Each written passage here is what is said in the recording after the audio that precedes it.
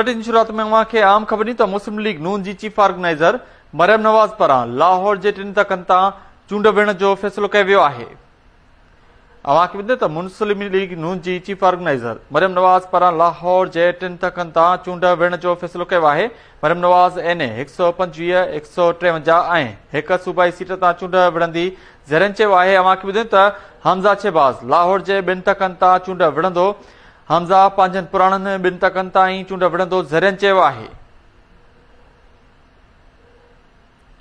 ज़रियन चयो त मुस्लिम लीग नून parliamentary board party अॻुवाणनि खे टिकेटूं जारी करे छॾियूं आहिनि। अवांखे ॿुधायूं त नून लीग जे समूरनि टिकेट होल्डर्स खे टिकेटूं नवाज़ शरीफ़ जी हिदायत ते जारी कयूं वयूं आहिनि।